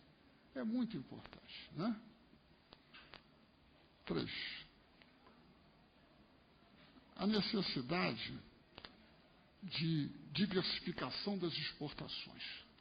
Este é um problema grave e de curto prazo. Não será através de exortações de produtividade, competitividade, que vai se resolver esse problema, não. Eu vou dizer alguma coisa, normalmente não é dito. Que é o seguinte, o parque industrial brasileiro é composto em grande parte por indústrias e empresas que têm conhecimento da mais avançada tecnologia do mundo. A não ser que os senhores achem que a Volkswagen do Brasil não conhece a tecnologia mais avançada na área de automóveis. Grande parte desse parque é de grandes empresas multinacionais, né? Que exportam, eventualmente, mas não com o mesmo vigor, porque naturalmente estão instaladas. Às vezes a empresa multinacional tem uma filial no Brasil e tem uma filial na China. Então não lhe interessa exportar para a China por causa da sua estratégia empresarial. Então é necessária a ação do Estado para estimular essas empresas a exportar. Se não houver estímulo nesse sentido, não ocorrerá, né? Então não vai ser através de programas, como se nós fôssemos ensinar tecnologia. Nós que eu digo, Brasil, a sociedade brasileira, o Estado brasileiro, as mega empresas multinacionais que conhecem a tecnologia. Conhecem perfeitamente a tecnologia mais avançada, né? É preciso que o esforço de diversificação das exportações passe por uma política governamental que estimule as empresas multinacionais a exportarem. Se não for assim, não será, né? Porque, inclusive, como disse aqui o Roberto, elas têm uma posição privilegiada em relação ao mercado interno. Então, estão aqui dentro da sua estratégia mundial, usando esse mercado interno e, eventualmente, o mercado da América do Sul, como é o caso da indústria automobilística em relação à Argentina. Brasil e Argentina, que é 40% do comércio Brasil-Argentina, mais ou menos isso, né? Muito bem. Estou terminando. Fica à vontade? Vou ficar à vontade, falo mais 3 horas. Aí eu vou ficar à vontade. Não, eu estou terminando, rapidinho. Dentro da tolerância. Temos a questão militar. Poucas vezes abordada, né, quando se trata de seminários de política internacional, né? Até parece que a questão militar não tem importância. Nós vemos conflitos em toda parte no mundo e a questão militar não tem importância. O orçamento militar das grandes potências é extraordinário, é um meio um instrumento de desenvolvimento tecnológico extraordinário. A internet, que todos nós estamos aí com esses computadorzinhos à nossa frente, foi desenvolvida a partir de um programa militar. Não foi de um programa civil, não. foi num programa militar. Foi dali que surgiu. Mesmo na área de biotecnologia, assim por diante, foram programas militares. Então, são formas de estimular a indústria extraordinárias. Principalmente na área de alta tecnologia, onde os riscos para as empresas é muito grande. Desenvolver uma tecnologia nova é muito grande o risco. Não é? Você pode investir na pesquisa e não dá certo. Não é? Muito bem. Então, isso é importante, inclusive, por causa da nossa necessidade de capacidade dissuasória. O Brasil é um país pacífico pela sua própria Constituição, mas o mundo, a não ser que os senhores não tenham lido os jornais na última semana, não é um mundo pacífico, né? Parece ser o mundo mais para o lado da violência, né? Então, como diziam os romanos, só para citar um, né? Civis pacem para bellum, né? Essa ideia de que você pode estar fora do sistema é muito equivocada e muito idealista. Né? Muito bem. Queria só mencionar o seguinte, o problema dos instrumentos da política externa.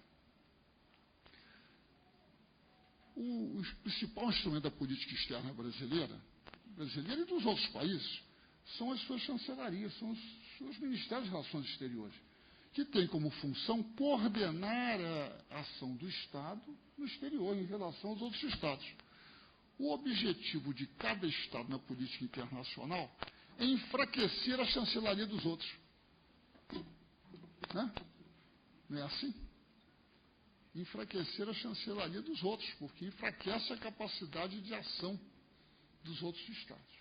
Então, é extremamente importante para o Brasil, que é um país subdesenvolvido, mais fraco do que os outros. Ninguém vai me dizer que o Brasil é mais forte do que os outros, porque teria que um exercício para provar isso extraordinário. Né? É preciso fortalecer os seus instrumentos do Estado, que é o Estado que se relaciona, claro que os empresários também, mas o Estado que deve coordenar essa ação, né? Porque senão cada outro Estado se relacionará com um setor diferente do Estado brasileiro. Não é? É verdade? E cada setor do Estado, em geral, não tem uma visão global, tem uma visão setorial. Vamos supor, o agronegócio interessa pelas questões do agronegócio, então defende, né, o interesse do agronegócio. E, naturalmente, é possível desenvolver um raciocínio provando que o agronegócio é a coisa mais importante do Brasil. É possível. Assim como é possível desenvolver um raciocínio provando que a educação é o setor mais importante do Brasil, ou a saúde, é possível, né? É possível desenvolver esse raciocínio. É preciso ter uma visão coordenada. E, portanto, é preciso fortalecer a chancelaria. Fortalecer significa dar os recursos necessários, né? Ter o pessoal treinado e capacitado, né? Para que ela possa ter a sua função, porque ela é um instrumento da sociedade brasileira, do Estado e da sociedade brasileira, naturalmente em coordenação com as outras instituições públicas e as organizações privadas e assim por diante, senão nós estaremos enfraquecidos. Isso é muito importante. Pensar que se pode fazer uma política externa dispersa, cada ministério trabalhando por si, é um equívoco. Pode, claro que pode, mas torna extremamente frágil. Né? Se o Ministério dos Transportes tiver uma política externa, e assim por diante, o da saúde, da educação, será extremamente frágil. Né? E isso fragilizará a defesa dos nossos interesses, a promoção dos nossos interesses no mundo, nesse mundo tão conflituoso. Tão conflituoso. Né? Queria só finalizar o seguinte, que a política externa, ela decorre de uma visão do mundo. As pessoas têm uma visão do mundo. Né? Por exemplo, o professor Demétrio Magnoli, até eu estou falando, não posso falar no ausente, mas não direi nada demais. Ele tem uma visão do mundo. Uma visão do mundo. Né? Já o professor Marco Aurélio Garcia tem uma visão do mundo. Eu tenho uma visão do mundo. Né? Que não é igual. Então é um problema da política externa Politicamente, é uma disputa ideológica dentro da sociedade, para saber qual é a visão do mundo e a política que corresponde a essa visão do mundo. Porque as políticas vão corresponder a uma visão do mundo. Se nós acreditarmos que o mundo é um mundo pacífico, então teremos uma política que corresponderá a isso, né? Se nós tivermos a visão que o mundo é um mundo competitivo, né, teremos outra política. Então, essa disputa ideológica é muito importante. E a realização de seminários como esse permite esse debate e o confronto de visões do mundo e de políticas externas. Muito obrigado pela atenção. Obrigado, embaixador Samuel. Passo a palavra, então, ao embaixador José Botafogo Gonçalves. Muito obrigado, senhor presidente. Em primeiro lugar, agradeço o convite que me foi formulado para falar, não só em meu nome pessoal, mas do Centro Brasileiro de Relações Internacionais, do qual sou vice-presidente e fui durante 8 anos presidente, que é um think tank que temos no Rio de Janeiro, que se dedica, de modo particular, a promover e a estudar a inserção internacional do Brasil no mundo. O tema desse painel é os desafios, né, da política externa brasileira. Então, eu vou começar, como é natural, numa casa do Legislativo, que é a Câmara dos Deputados, fazendo referência, já foi mencionado aqui de manhã, ao parágrafo único do artigo 4º da Constituição Brasileira, que estabelece como meta a integração econômica, social e política latino-americana. A Constituição já vai quase balzaquiana. Esse mandato constitucional progrediu muito pouco. Mais do que isso, uma boa parte dos brasileiros sequer sabe que existe esse mandato constitucional. Os que sabem não creem nele, na maior parte. Infelizmente, aqui no Brasil temos leis que pegam e leis que não pegam. Temos artigos da Constituição que pegam e que não pegam também. Esse parece um deles. Não dá para continuar assim. É preciso olhar com seriedade. Ou reformamos a Constituição, mudamos, não precisa dar problema. Já temos quase 70 emendas constitucionais. Podemos ter mais uma para eliminar essa exigência. Ou vamos cumpri-la. E vamos estabelecer um programa para o cumprimento desse mandato constitucional. E a minha contribuição aqui vai ser dedicar a alguns caminhos que poderiam conduzir à implementação desse mandato constitucional da integração latino-americana.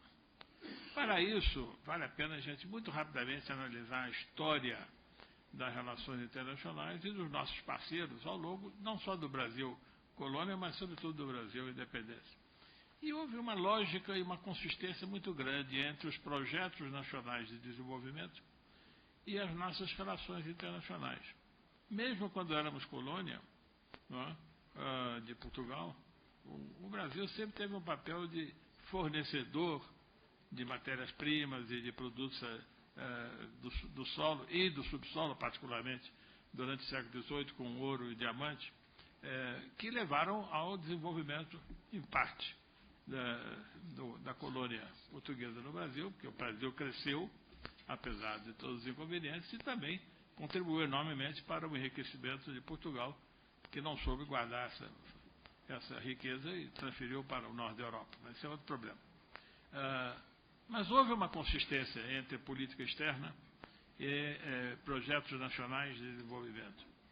Já no século XIX, houve uma mudança, porque com a independência do Brasil, pela primeira vez, nós enriquecemos a nossa relação externa, substituindo, em parte, a Inglaterra pelos Estados Unidos e ampliando um pouco a nossa relação com outros países europeus.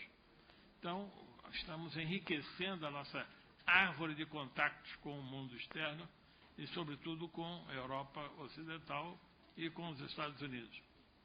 E aqui na América do Sul, obviamente, herdando toda a história da rivalidade Portugal-Espanha no País do Prata, na Bacia do Prata, nós também herdamos essas interferências e o Brasil teve uma atuação agitada na política externa, na sua relação com o Prata, Uruguai, para a Argentina, até culminar de forma lamentável com a guerra com o Paraguai, que terminou praticamente no fim do século XIX, 1870.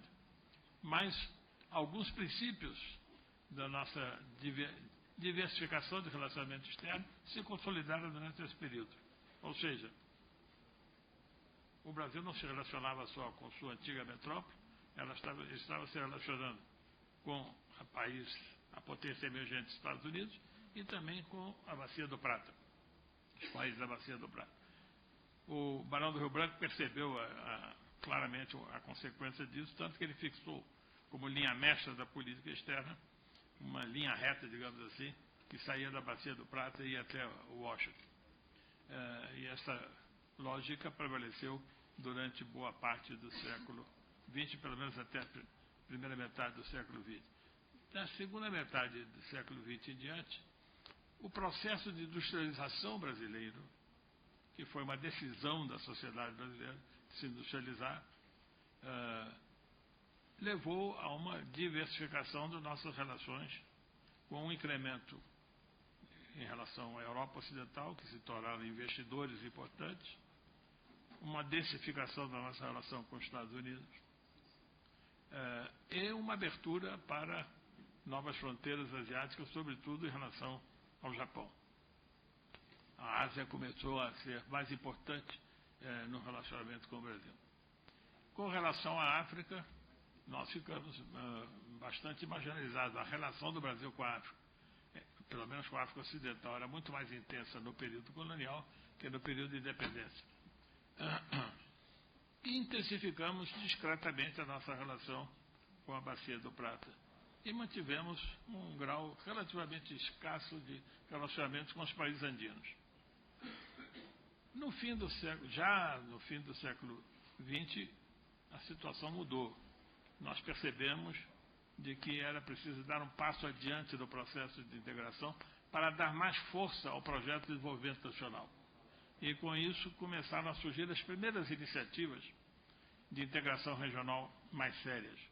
Com a LAUC, inicialmente era toda a América Latina, com a LAD, que já estabelecia uma exceção à cláusula de nação mais favorecida, e finalmente com o Mercosul, que foi talvez a iniciativa mais ambiciosa da política externa brasileira, compartilhando com a Argentina, Paraguai e Uruguai um projeto de desenvolvimento conjunto, através, naturalmente, da União Aduaneira e da complementação industrial.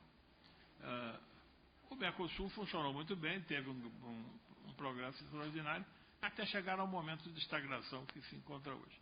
Então, acho que vale a pena examinar um pouco as causas desse processo de estagnação, porque parece que, pela primeira vez, os projetos de entrosamento do Brasil com o mundo passaram de ser eficientes, a partir do momento que o Mercosul passou a ser menos importante. Eu diria o seguinte: a lógica de integração regional através de esquemas regionais preferenciais se esgotou. Não dá mais, ela é insuficiente. O Mercosul sofreu outros desvios, que eu vou falar em seguida, de caráter político e ideológico, mas mesmo admitindo que não tivessem ocorrido esses processos, eu não tenho dúvida de que o Mercosul hoje já não seria suficiente para responder aos anseios da nossa projeto de desenvolvimento nacional. E vamos dar um exemplo claro, tanto na área industrial quanto na área agrícola. Vamos começar por essa, que é muito mal entendida. É uma coisa curiosa. Hoje, a agricultura tropical brasileira e o agronegócio brasileiro é extremamente competitivo e produtivo. Cada vez mais nós produzimos com eficiência, com sustentabilidade e somos competitivos no plano mundial. Se analisarmos a cadeia de valor do setor agropecuário, o que nós vamos encontrar? Uma cadeia totalmente globalizada. Vamos pensar na produção industrial da porteira para dentro.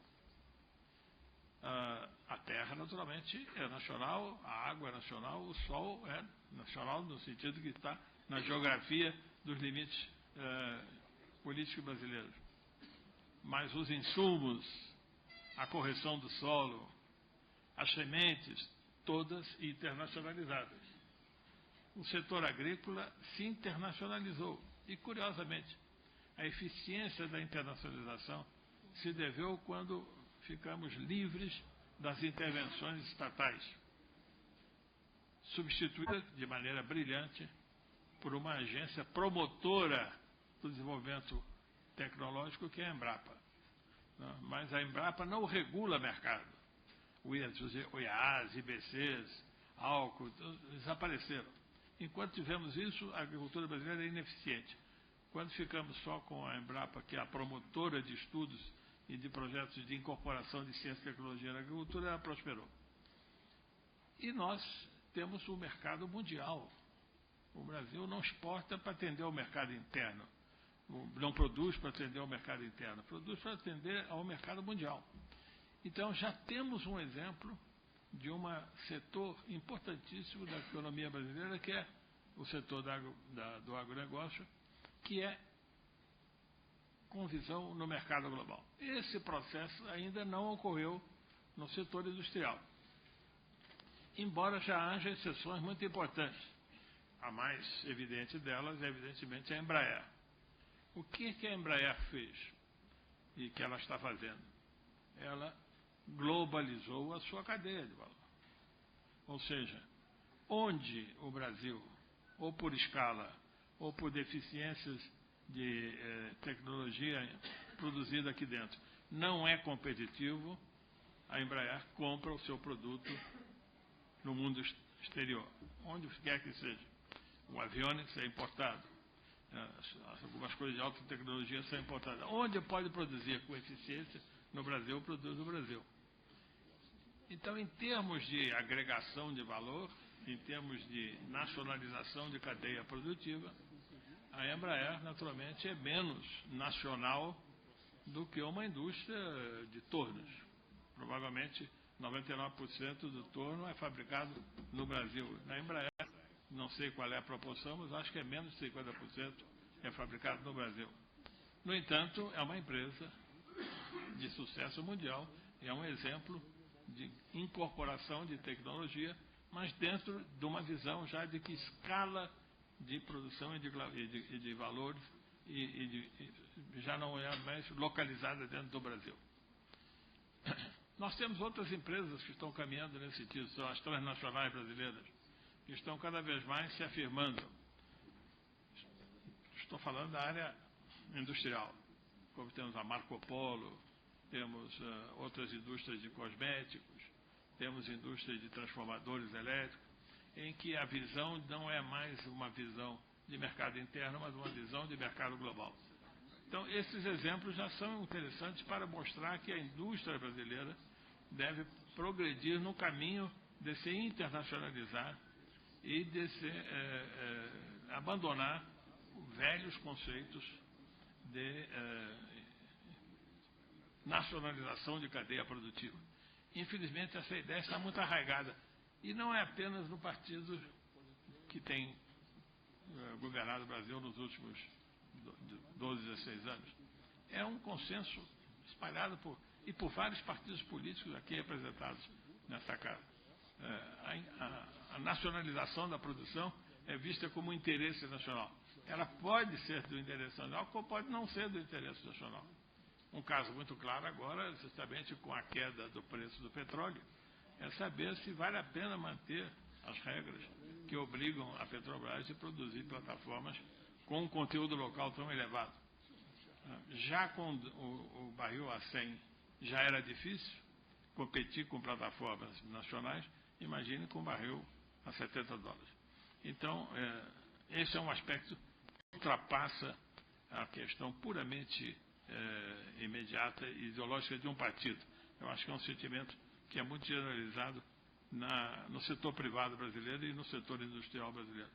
Embora já haja exemplos, como eu vinha dizendo, de que você pode superar isso através de uma progressiva incorporação do enfoque global de mercado na sua estrutura produtiva. Naturalmente, a pergunta que se fará é a seguinte: como realizar essa incorporação? Então, há respostas. Algumas respostas, algumas foram insinuadas ou dadas aqui. Vamos partir para novos acordos de comércio. Essa é uma boa resposta. Mas que tipo de acordo de comércio e com quem? É preciso analisar com cuidado.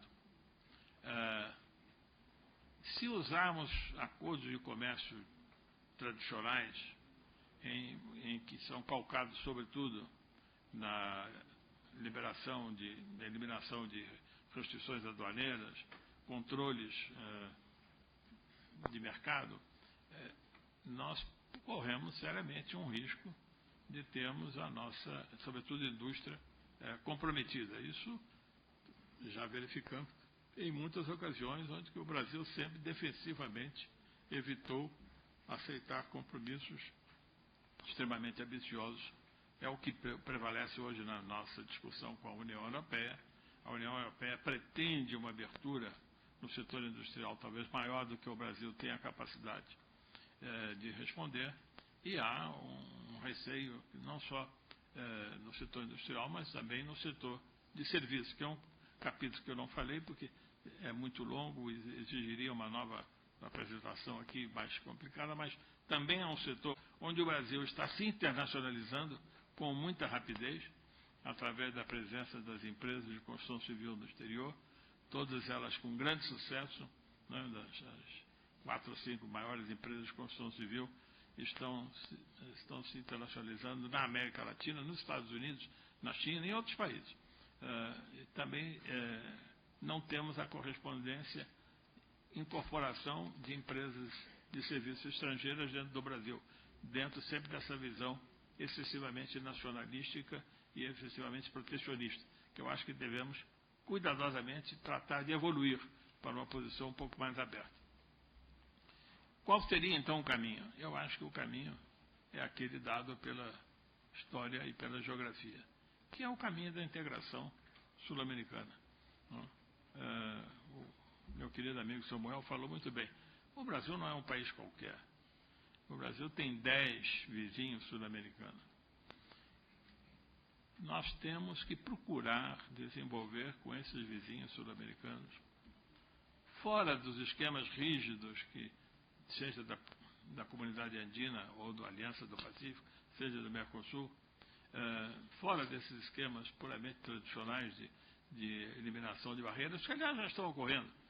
O professor Macorelli disse que em 2016 praticamente vão desaparecer todas as tarifas entre o Brasil e os países da Comunidade Andina.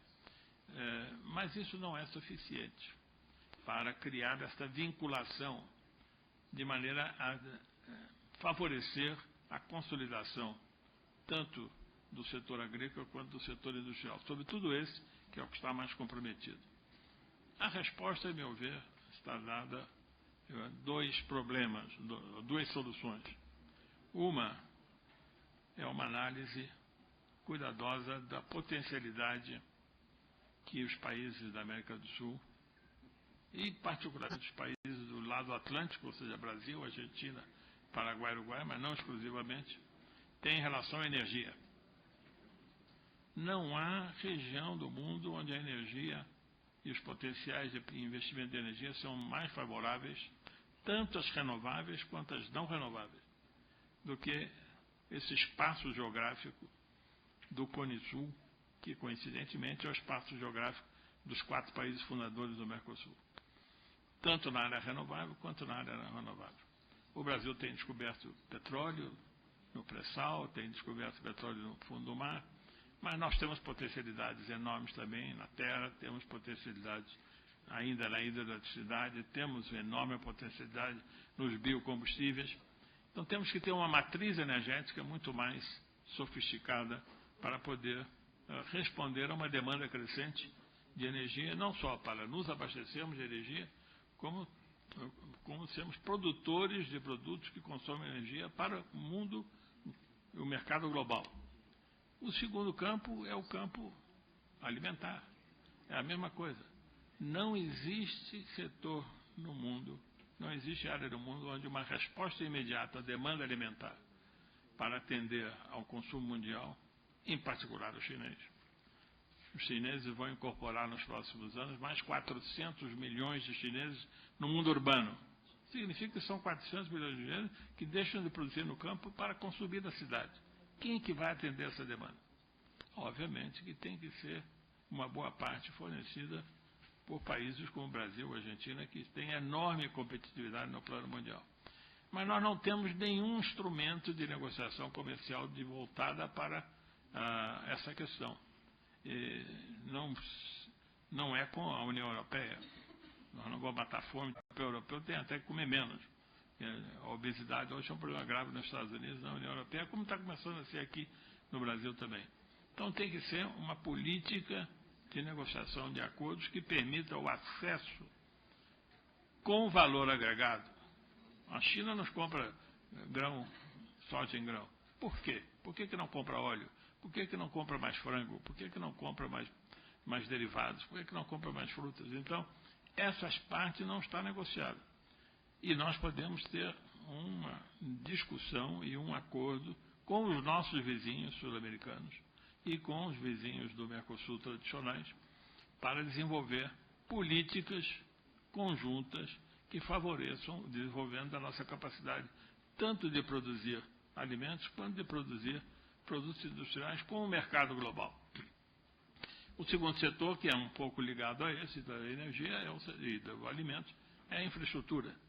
Porque a geografia física da América do Sul, infelizmente, ela é muito negativa em termos de integração. Não tem nada a ver com a Europa nem com os Estados Unidos. Basta ver o papel do Reno na Europa ou dos grandes rios nos Estados Unidos, né, para percebermos que ali Papai do Céu foi muito favorável à integração do espaço geográfico. O Brasil é o contrário. Nós temos um sistema que é negativo em termos de integração. O único rio que nós chamamos, aliás, de integração nacional, que é o Rio São Francisco, que corre todo no território nacional, infelizmente não é navegável uma boa parte da sua. Os outros rios que são navegáveis correm para a direção errada, aqui da bacia Paraná-Paraguai, e vão para fora do território brasileiro. E os rios que correm para o litoral são rios que não têm essa expressão. E os rios amazônicos não têm o mesmo papel, porque a Amazônica, como disse muito bem o Samuel, tem que ser preservada. Então, a nossa geografia é ruim. Para superar isso, nós temos que ter estradas, rodovias, ferrovias, portos, hidrovias, e nisso nós estamos muito atrasados. Também nós temos políticas que limitam as inversões em logística aos territórios políticos nacionais. Isso é um erro. A logística, por definição, não pode ser nacional. Eu não posso ter uma eficiência no transporte marítimo se o meu barco vai ter sistemas jurídicos diferentes a cada porto que ele estacionar entre Buenos Aires e o Nordeste brasileiro, por exemplo. Ou numa ferrovia que também tem, por natureza, a sua eficiência condicionada a que atravessar a fronteira sem problema. Mesmo no campo do Mercosul, ainda temos divergências graves que não estão superadas. No caso de rodovias, porque até hoje não temos uma ferrovia que ultrapassa a fronteira do Brasil com a Argentina, ainda não temos. Mas no caso de rodovias temos, não? Não obstante, a legislação de uso de caminhões, por exemplo, não é a mesma. O peso dos truques que regulam o trânsito de caminhões nas rodovias nacionais não é o mesmo que regula nas rodovias argentinas. Então, cada caminhão brasileiro que atravessa já está cometendo uma irregularidade do lado argentino, porque não tem as mesmas definições. Então, tudo isso tem que ser visto com muito mais eficácia e com muito mais eficiência. E, com isso, nós poderíamos, eu diria quase que, ressuscitar o Mercosul dentro de enfoques totalmente novos, baseados, sobretudo, nesse binômio energia e infraestrutura e alimentos. Isso também é válido para os países da comunidade andina. A vocação de integração com o Peru já está a caminho, com a Colômbia está a caminho. O Chile, pela sua pequena dimensão, nós vimos aqui falar da dimensão limitada em termos de volume, se estiver interligado fisicamente via através da Argentina com o Brasil, o Chile, fatalmente, para benefício do Chile, estará com a sua economia muito mais eficaz, incorporada à realidade sul-americana. Deixará de ser apenas um país isolado, olhando para o Pacífico, e passará a ser um país que faz parte da realidade integral latino-americana, sul-americana. O mesmo se dá com a Colômbia, e nós temos as maiores fronteiras territoriais do Brasil com o mundo, são com os países andinos, com o Peru, com a Colômbia, com a Bolívia e com os países do norte da América do Sul. E a última palavra, para não ficar no esquecimento, mas que eu acho que é muito importante, é mencionar o papel da África. No mundo da energia, os estudos todos indicam de que a realidade do pré-sal brasileiro é metade da outra metade, que é o pré-sal da África Ocidental. Esses dois continentes já estiveram juntos há bilhões de anos atrás. De maneira que a África Ocidental está se tornando um país, uma região de crescente produção de energia, sobretudo energia fóssil, petróleo e gás.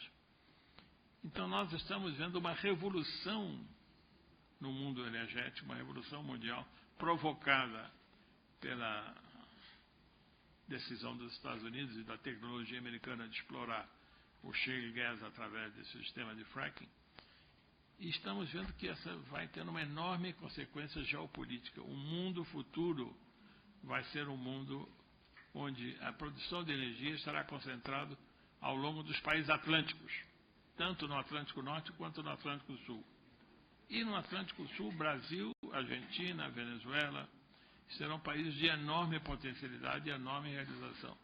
Claro, desde que mudem as suas políticas de maneira a ter um mínimo de coordenação capaz de atrair esses capitais estrangeiros.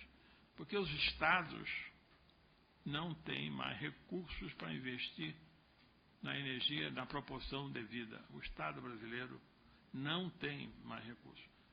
Ainda que melhore a sua capacidade de gastar, o que já é complicado, não vai mobilizar recursos suficientes para investir, nem sequer no pré-sal.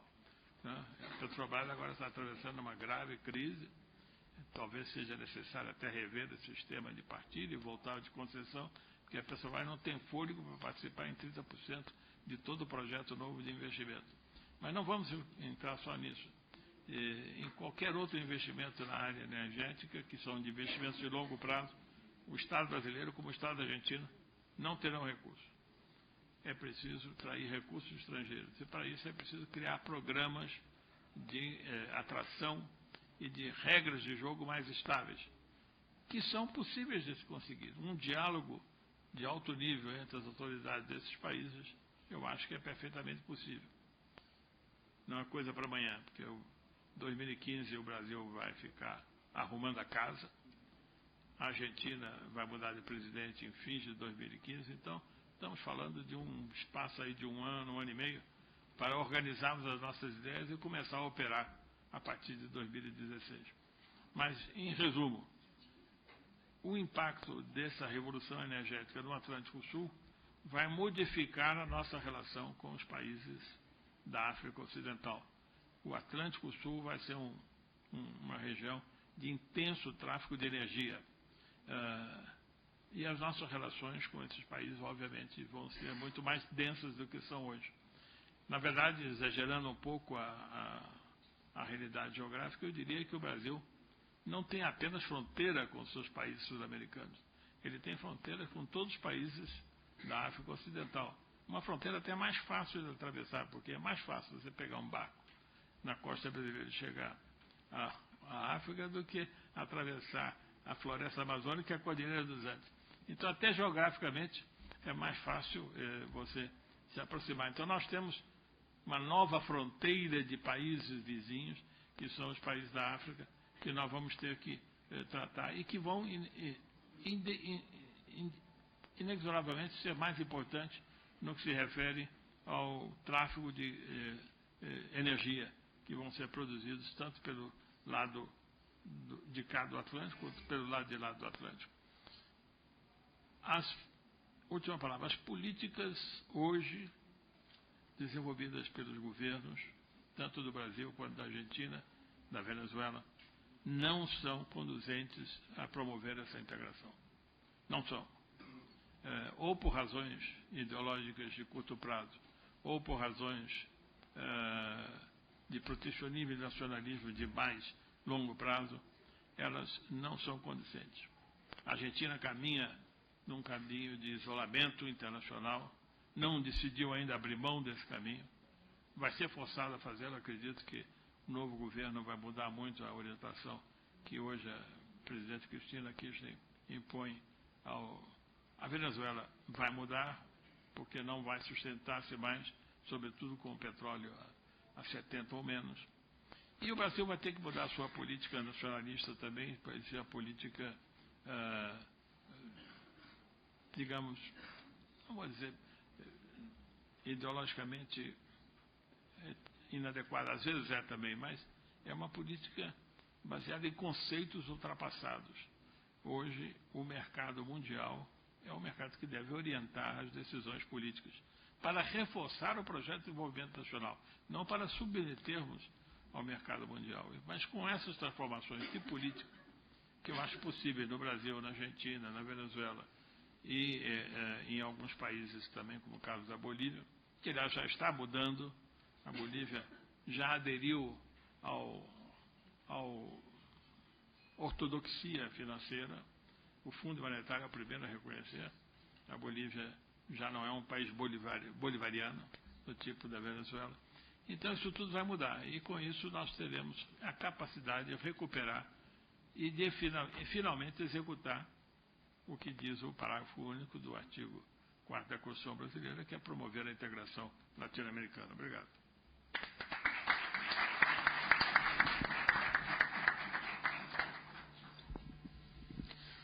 Bom, pelo avançado da hora, eu também não tenho inscritos aqui dos nobres parlamentares, mas eu gostaria de